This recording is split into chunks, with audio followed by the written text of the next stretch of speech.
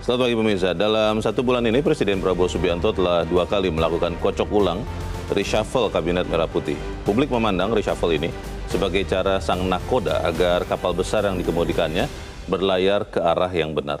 Pemirsa, inilah editorial Media Indonesia di seri ini Kamis 18 September 2025 dengan tema Menanti Gerak Serempak Kabinet bersama saya Luna Samosir, dan Anda semua juga para pemirsa bisa ikut menyatakan pendapat Anda nanti dengan menelepon nomor 021-583-99-100. Pemirsa, pagi ini telah hadir bersama saya anggota Dewan Redaksi Media Group Jaka Budi Santosa. Mas Jaka, selamat pagi. Selamat pagi. Sehat-sehat Mas? Sehat. Kita bicara soal reshuffle. Ya. Tapi sebenarnya kan reshuffle ini bukan sesuatu yang baru.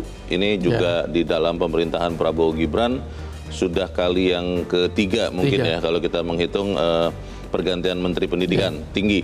Pertanyaannya adalah apa yang kemudian bisa meyakinkan kita bahwa reshuffle yang terakhir kemarin itu akan bisa membuat gerak kabinet itu bukan hanya serempak tapi lebih efektif. Iya, kalau kita ibaratkan kan ini seperti servis mobil ya, tidak hanya sekedar tune up, tapi servis yang besar lah. Karena cukup banyak spare part lah katakanlah gitu yang diganti, yang ditukar. Jadi ya semestinya jalannya mobil ini akan lebih tokcer, daya dorongnya harusnya lebih kuat, daya tariknya harusnya lebih kencang, dan yang pasti harus memberikan implikasi bahwa perbaikan kinerja kabinet. Kalau Pak Prabowo kemudian mengganti sejumlah menteri, berarti kan dia melihat ada sesuatu yang kurang di sana. Ada sesuatu yang tidak sesuai dengan kebijakannya, dengan visi misinya.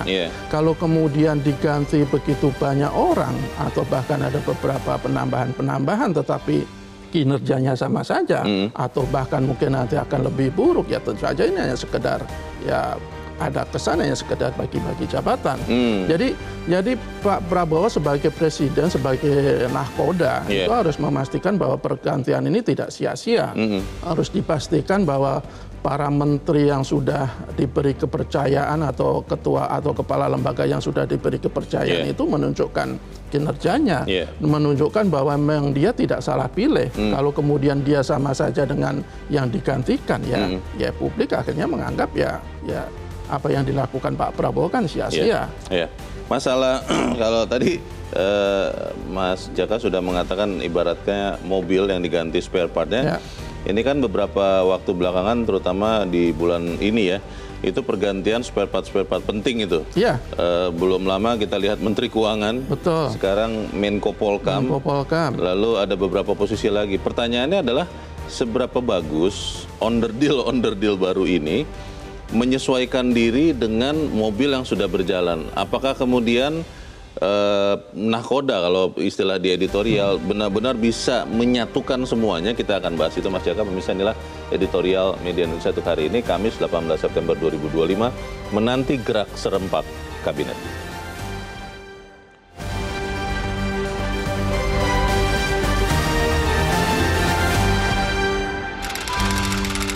Menanti gerak serempak kabinet.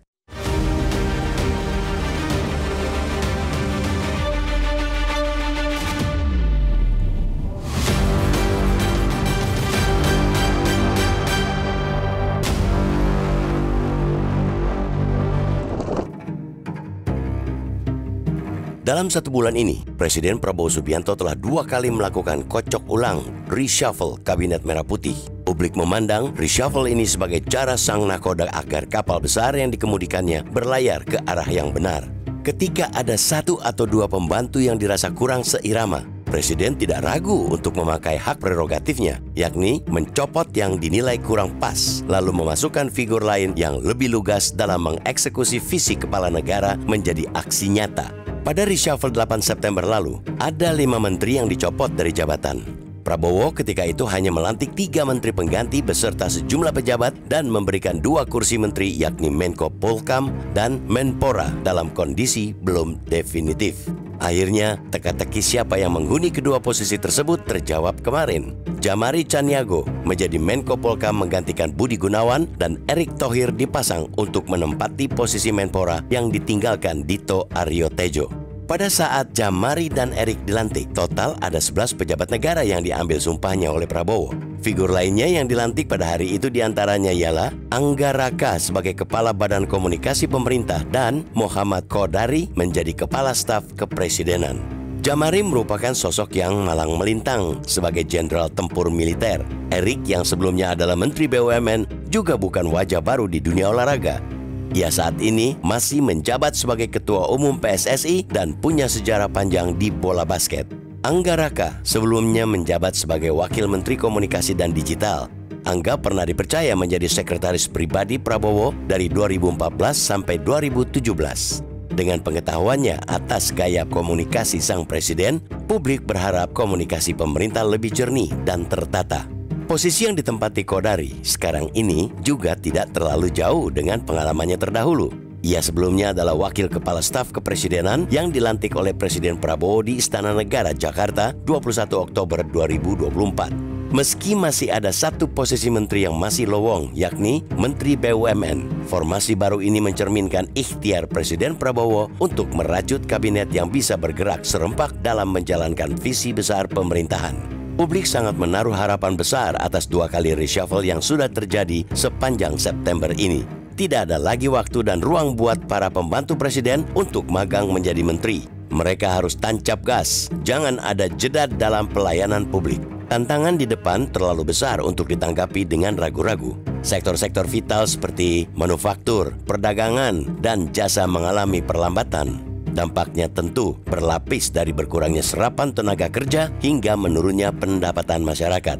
Waktu untuk menjalankan visi menuju Indonesia Emas 2045 dengan misi Asta Cita harus dimanfaatkan dengan sebaik-baiknya. 4 tahun yang tersisa tidaklah panjang, apalagi pada 2029 akan ada hajat besar politik yang tentu saja menyita energi dan perhatian. Sejalan dengan semangat pembenahan kabinet, kita harus ingatkan pula agar segala kontroversi yang fokus kerja pemerintahan harus segera diselesaikan.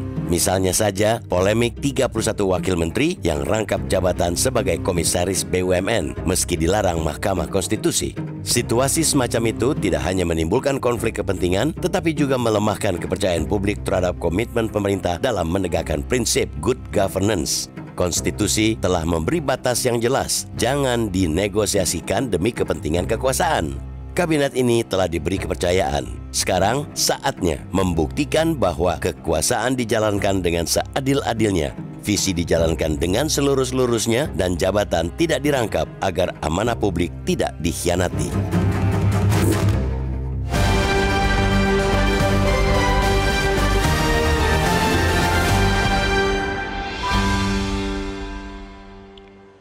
Di bagian berikut Anda bisa ikut menyatakan pendapat Anda terkait editorial pagi ini pemirsa. Untuk saat ini tetaplah bersama kami.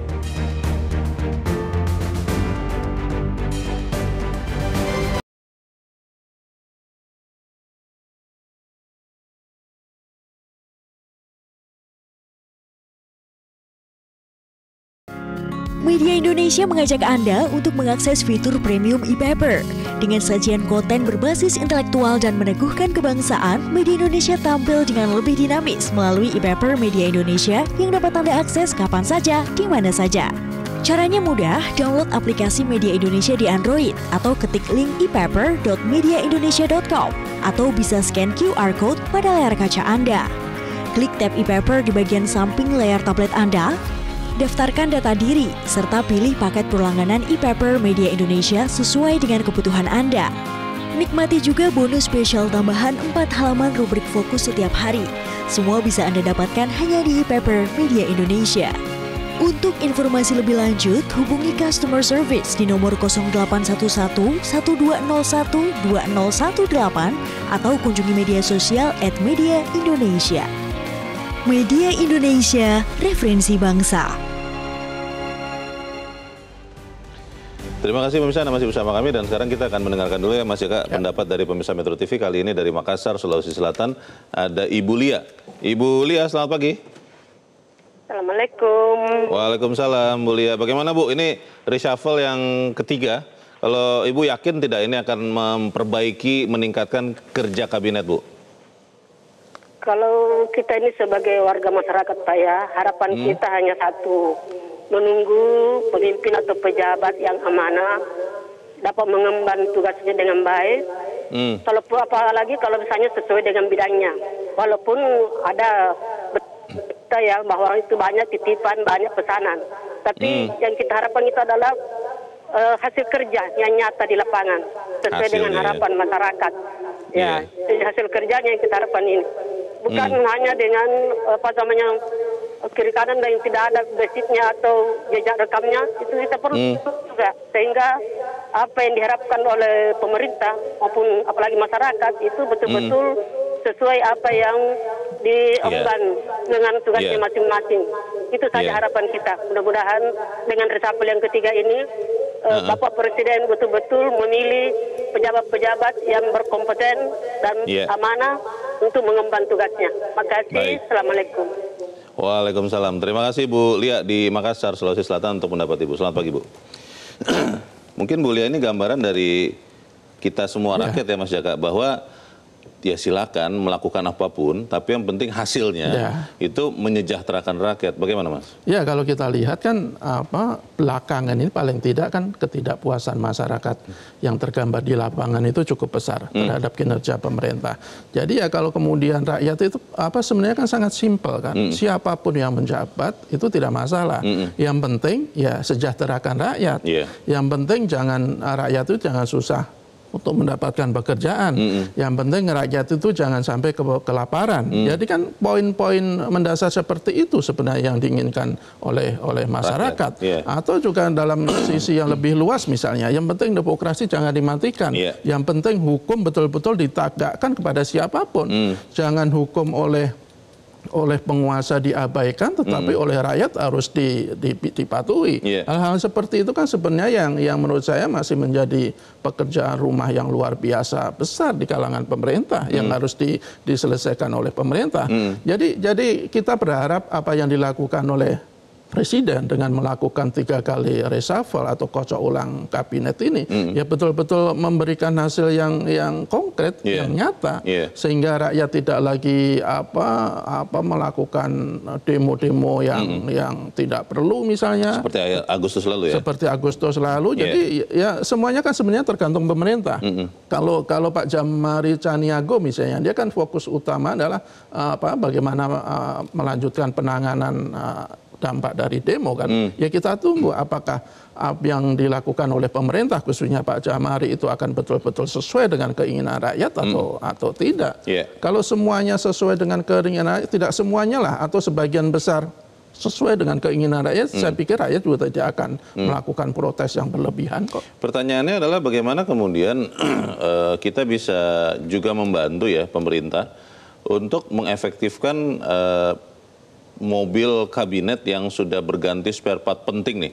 Karena jangan sampai kemudian malah yang terjadi sebaliknya Mas Jaka, ketika ada orang-orang yang di tengah jalan baru bergabung, kadang-kadang kan ada ya istilah anak muda ngejeglek ya. Itu bagaimana memastikan supaya itu tidak terjadi ya? Ya, semuanya kan kendali itu kan di bawah Presiden. Jadi harus Presiden memastikan bahwa anak buahnya itu tegak lurus kepada dirinya, tegak lurus kepada visi misi yang sudah dijanjikan waktu kampanye, dan tegak lurus pada upaya untuk mensejahterakan rakyat. Kalau di tengah jalan masih ada orang-orang yang dirasa tidak sesuai dengan keinginan Presiden dan keinginan rakyat, ya jangan ragu untuk diganti lagi. Meskipun sebenarnya sering melakukan perombakan itu juga tidak baik, pasti akan sedikit banyak akan mengganggu kinerja kabinet. Karena harus ada penyesuaian lagi, butuh waktu lagi ya. Tapi mau tidak mau itu harus dilakukan dan kita memintalah kepada mereka yang sudah diberikan kepercayaan luar biasa, padahal jangan sia-siakan kepercayaan itu. Iya, kita melihat juga kemarin di reshuffle kemarin ya Mas Jaka, itu ada perubahan di kantor komunikasi kepresidenan. PCO menjadi badan komunikasi pemerintah. Lalu juga ada perubahan di kantor staf kepresidenan. Kalau kita hitung lagi adalah Menteri Sekretaris Negara sebagai juru bicara pemerintah.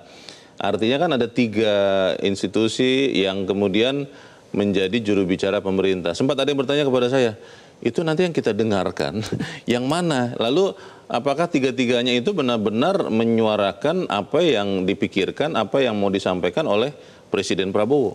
Ya, semestinya idealnya sih suara dari presiden, suara dari pemerintah itu dari satu pintu.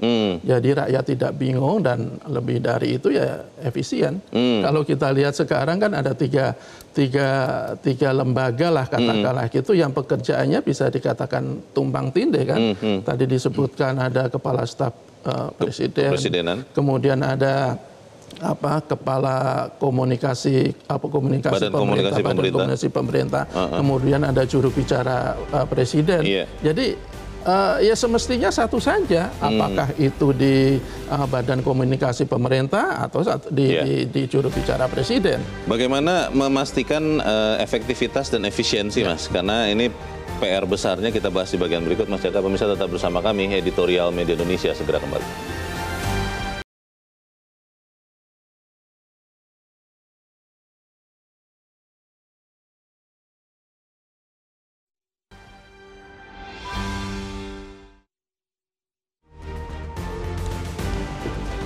Terima kasih pemirsa, Anda masih bersama kami dan kita ada di bagian akhir dari diskusi kita pagi ini. Mas Jaka, bagaimana kita sebagai rakyat membantu Presiden Prabowo untuk memastikan bahwa menteri-menterinya, bagaimanapun bergantinya, siapapun itu, benar-benar bekerja lebih baik untuk rakyat? Yang pasti kita tidak boleh berhenti bersuara ya. Artinya kita harus terus memberikan kritik, memberikan masukan kepada pemerintah dan kita minta pemerintah jangan menganggap bahwa kritik itu sebagai sebuah ketidaksukaan kepada pemerintah. Tidak kok, kita sebagian besar rakyat Indonesia itu masih percaya kepada presiden sampai 2029.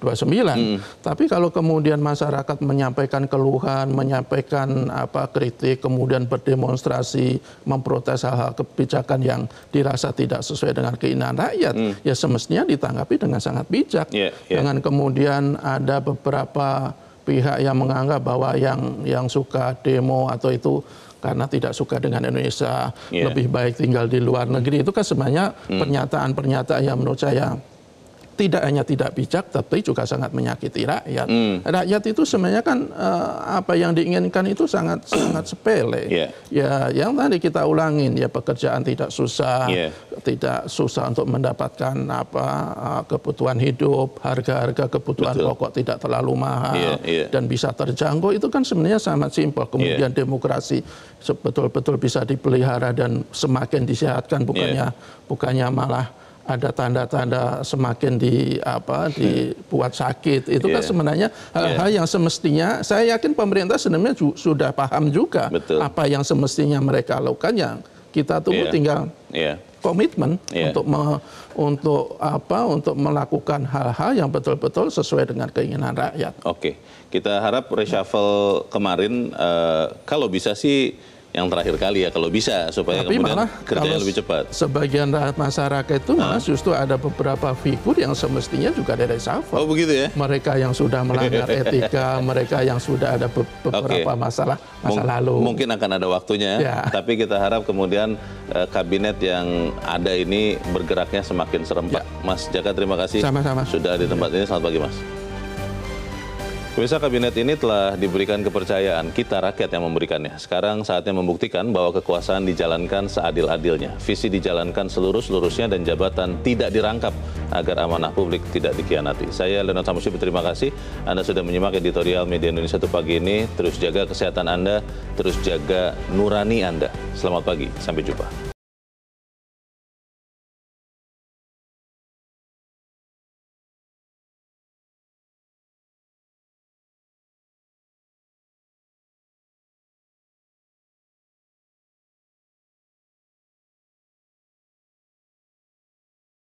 Jelajahi cara baru mendapatkan informasi. Download Metro TV Extend sekarang.